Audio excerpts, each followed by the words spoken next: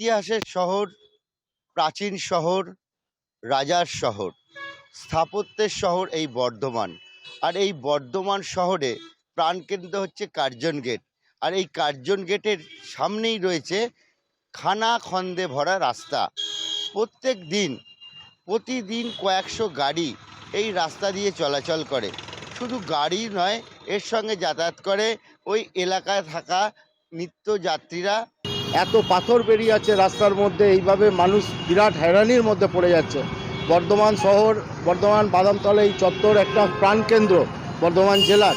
এখানে বাইরে থেকে বিগত বহু মানুষ অনেক কাজে নানাভাবে এখানে আসেন, কিন্তু তারা এসে বিরাটভাবে অসুবিধায় পড়ে যাচ্ছেন। আমাদের তো শহরবাসীর অসুবিধা হচ্ছে প্রচণ্ডভাবে, রাস্তা থেকে বেরোনো যাচ্ছে না, হাঁটা যাচ্ছে না, পুরো রাস্তা একবারে সেই যাতাভাবে পড়ে আছে, মানে এত ইট পাটকেল পড়ে আছে, মানে চিন্তা ভাবনার বাইরে। যে অতি সত্বর এই যে গুরুত্বপূর্ণ রাস্তা বর্ধমানের কার্জন গেটের সামনে, এই রাস্তা যেন মেরামত করা হয়। মানে হাঁটু অবধি গর্ত হয়ে গেছে, চারি সাইডে মাটি উঠিয়ে এই যে জলের লাইন আজকে বসিয়েছে, আজকে 15 দিন হয়ে গেল, কিন্তু এই যে প্রাণকেন্দ্রের যে জলের লাইন বসিয়েছে এগুলো তো কমসে কম তার পরের দিনই কমসে কম পিচ কিংবা করে দেওয়া উচিত, কিন্তু সেরকম কোনো রকম কিছু নেই।